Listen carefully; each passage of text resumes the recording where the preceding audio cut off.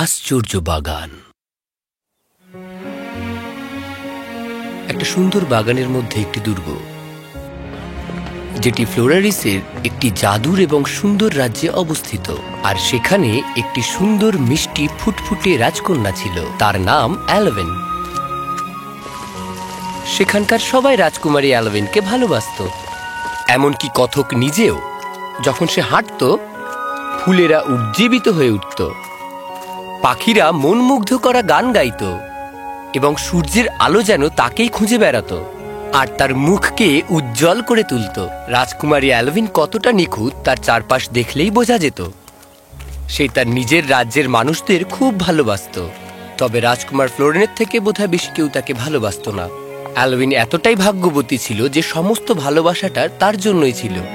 এর থেকে বোঝা যেত যে জীবনে সবকিছুর ভারসাম্যই বজায় আছে, এবং রাজকুমারী অ্যালভিন আর রাজকুমার ফ্লোরিনের জন্য তাদের ভালোবাসাটা ছিল অসীমিত। কিন্তু তাদের এই স্বপ্নের দুনিয়ায় একটি কালো ছায়া নেমে এলো, দুর্ভাগ্যবশত।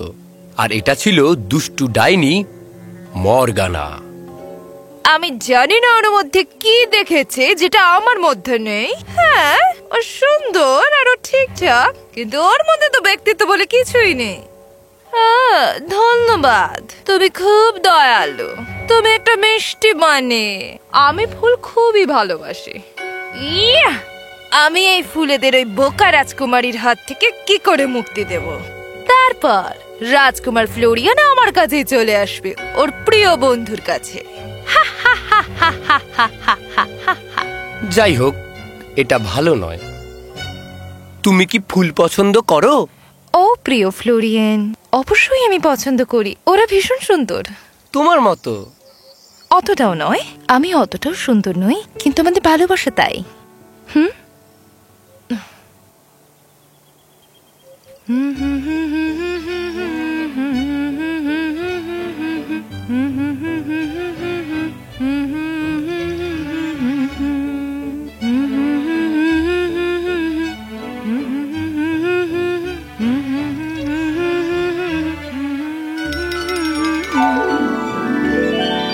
যেটা লিখেছি সেটা পড়ো। ঠিক আছে। এই রাজ্যের সব থেকে সুন্দর ফুলের জন্য যে আমার একমাত্র ভালোবাসা।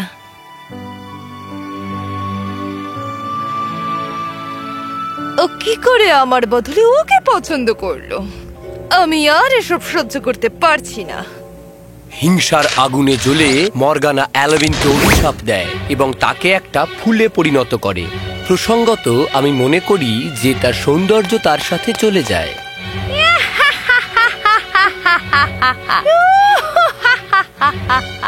চিরবিদায় বন্ধু, ভালো থেকো। আমি এর চেয়ে ভালো জায়গায় তোমাকে থাকার ব্যবস্থা করে দিলাম। খুঁজতে হবে অ্যালভিন কোথায় গেল। মর্গানা ওকে নিশ্চয়ই কোনো এক অজানা জায়গায় পাঠিয়েছে। ফুল হিসেবে মর্গানা অ্যালভিনকে পাঠিয়ে দেয় একটি মরুভূমিতে, যেখানে একটি ফুলের বেঁচে থাকার জন্য উপযুক্ত জল পর্যন্ত নেই। সৌভাগ্যবশত রাজকুমারীর শক্তিগুলোকে মর্গানা দমিয়ে দিতে ভুলে গিয়েছিল, এবং সে যেই বালির ওপর পতিত হল, তার চারপাশে একটি সুন্দর মনোরম বাগান নির্মিত হল। ফ্লোরারিসে ফেরা যাক। ফ্লোরিন সমস্ত সৈনিকদের নিযুক্ত করল তার ভালোবাসাকে খুঁজে পাওয়ার জন্য। আমি চাই এই সাম্রাজ্যের প্রতিটি কোণায় তাকে খোঁজা হোক এবং নিরাপদে তাকে আমার কাছে নিয়ে আসা হোক। অ্যাস্ট্রা, অ্যাস্ট্রা, আমার কাছে এসো বন্ধু। অ্যাস্ট্রা, বলো আমায় কি করতে হবে? একটি গুরুত্বপূর্ণ কাজ আছে বন্ধু, তোমার জন্য সবকিছু সারা জীবন করতে রাজি আছি। অ্যালভিন অভিশপ্ত হয়েছে, আমি জানি না কিভাবে, কিন্তু অভিশাপ পেয়েছে। আমি এইটুকুই জানি, এক মুহূর্তে সে আমার কাছে ছিল, পরের মুহূর্তে সে উধাও। দুষ্টু জাদু নিশ্চয়ই। দয়া করে এই পৃথিবীর সমস্ত জায়গায় খুঁজে তুমি তাকে বার করো। সে যেখানেই থাকুক, যতক্ষণ আমার জীবন আছে আমি তোমার জন্য উড়ব।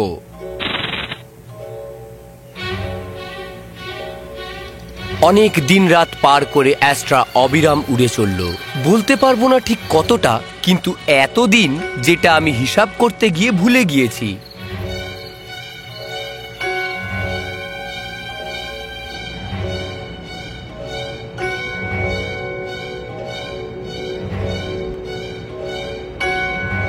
কিন্তু একটা সময় পর সে আবার ফিরে আসে। সে আর কোনো মতে উড়তে পারে না। যেদিন সে রাজ্যে আবার ফিরে এলো এবং ফ্লোরিয়ানের কাছে এলো, অ্যাস্ট্রা, কি হয়েছে? আমি আর উঠতে পারবো না, অনেক উড়েছি। সে ঠিক আছে, ঠিক আছে, তুমি বিশ্রাম নাও বন্ধু।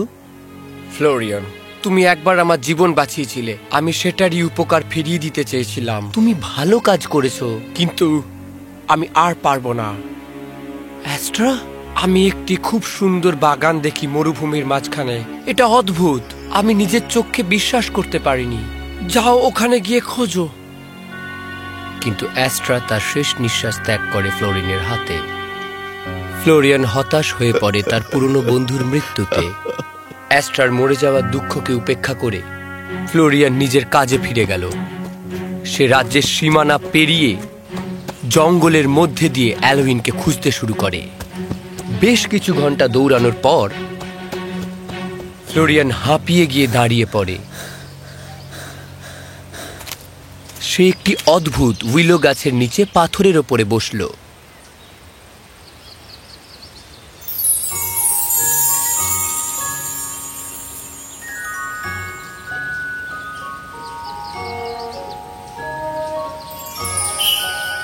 তুমি কাঁদছো কেন মিষ্টি রাজকুমার? তুমি কে? আমি একটা ছোট্ট পরী, এই জঙ্গলে সব থেকে পুরনো। ওমা, তুমি লক্ষ্য করনি তুমি পরীদের রাজ্যে চলে এসেছো? কিভাবে লক্ষ্য করব? একবার চারপাশে দেখো।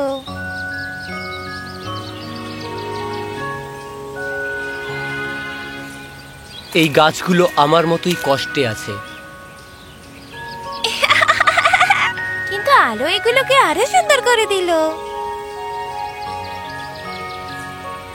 আমি কি তোমার জন্য আরো কিছু করতে পারি যাতে তোমার ভালো লাগে? আলো পছন্দ তোমার? না, আমি আমার রাজকুমারী অ্যালোভিনকে খুঁজে পেতে চাই। কেউ একজন ওকে অভিশপ্ত করেছে এবং কোথাও একটা পাঠিয়ে দিয়েছে। আমি জানি না কোথায়। আমার এক বন্ধু আশ্চর্য বাগানের কথা বলে, যেখানে সে থাকতে পারে। আমাদের এখানে কোনো বাগান নেই রাজকুমার, শুধুই বন জঙ্গল। আমার একটা ইচ্ছে পূরণ করো পরী, দয়া করে আমাকে একটা প্রজাপতি বানিয়ে দাও। আমি এই জগতের প্রতিটা বাগানে আমার ভালোবাসাকে খুঁজতে চাই। কিন্তু নিয়ম অনুসারে আমরা তো কারোর জীবন পাল্টাতে পারি না। দয়া করো। যদি আমি তোমাকে প্রজাপতি করেও দিই, তাহলে আর তুমি কোনোদিনও মানুষ হতে পারবে না। তাকে ছাড়া আমার এই মনুষ্য জীবনও যে বৃথা। ঠিক আছে, আমি করে দিচ্ছি। আমি একটা ভালোবাসার পূর্ণতা দেখার অপেক্ষায় আছি।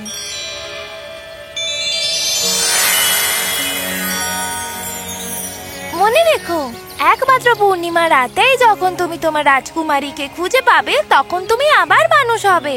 আর সেটা না হলে তুমি সারা জীবন প্রজাপতি থাকবে।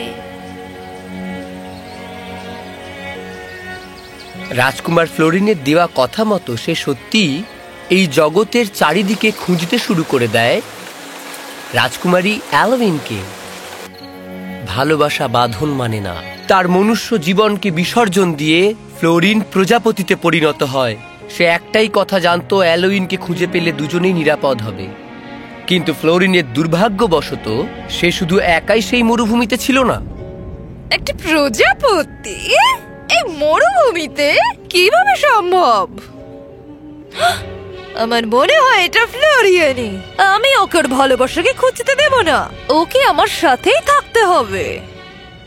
মর্গানা বুঝতে পারে যে রাজকুমার তার সাথে কখনোই কথা বলবে না। সে যদি রাজ্যে না থাকে তাও সে তার সঙ্গে কথা বলতে চায় না।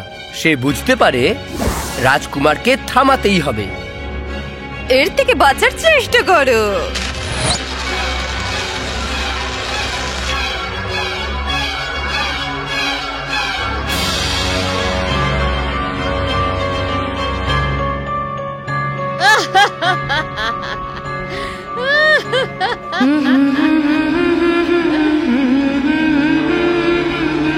না!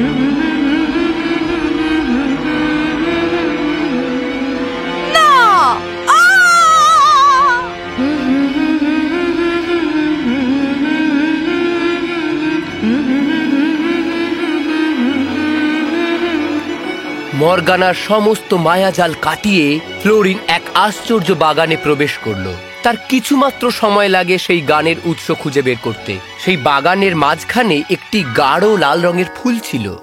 এই নির্জন মরুভূমিতে সত্যি এক অলৌকিক ঘটনা ঘটে। আমি যে কোনো জায়গা থেকে এই সুর চিনতে পারবো। ফ্লোরিয়ান, আমার মিষ্টি অ্যালোইন। আমার ভালোবাসা, তুমি প্রজাপতি কি করে হলে? হ্যাঁ, আমি এই একটি মাত্র উপায়ে আমি তোমায় খুঁজে পেয়েছি। কিন্তু তুমি আমার জন্য কেন প্রজাপতি হলে? তোমার জন্য, আমাদের ভালোবাসার জন্য আমি সবকিছু ছাড়তে রাজি, এমনকি মনুষ্য জীবনও। কে আমার এরকম করলো? আমাদের সাথে কেন করলো? আমি জানি না, কিন্তু আমি খুঁজে বার করবই। ফ্লোরিয়ান, আমরা আবার মানুষ কি করে হব? সেই পরী বলেছিল পূর্ণিমার রাতের চাঁদের আলোয় আমরা আবার স্বাভাবিক হয়ে উঠব। আমাদের একটু অপেক্ষা করতে হবে। ততক্ষণ আমরা এখানে একসঙ্গে সময় কাটাই। তোমার এই বাগানটা খুব সুন্দর। হ্যাঁ, শুধু আমরাই আছি। কিন্তু বলতে খারাপ লাগলেও সেখানে শুধু তারাই ছিল না, আবার তাদের ধারে কাছে কেউ একজন ছিল, ঠিক তাদের পিছনেই। এটা কিছুতেই হতে দিতে পারি না আমি। ওই অভিশাপটাকে আমাকে বাঁচিয়ে রাখতেই হবে।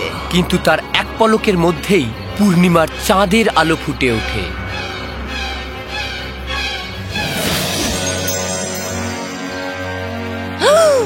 ওর অভিশাপটাকে ভাঙলো কি করে? এটা তত সহজ নয়। আমি তো বুঝতেই পারছি না এর মানে কি। কিছুক্ষণের মধ্যেই মর্গানা বুঝতে পারে রাজকুমার ফ্লোরিন আর রাজকুমারী অ্যালোইনের যে ভালোবাসা এতটাই মজবুত যে এর আগে এমন কিছু সে তার চোখে দেখেনি। তার এই কালো জাদু কখনোই এই ভালোবাসাকে নষ্ট করতে পারবে না। ফ্লোরিন এবং অ্যালোইন দ্রুত সেই বাগান পরিত্যাগ করে এবং তাদের নিজেদের বাগানে যাওয়ার উদ্দেশ্যে যাত্রা শুরু করে। মর্গানা অবশেষে সেইখানেই পড়ে থাকে এবং নিজের কৃতকর্মের জন্য কষ্ট পায়।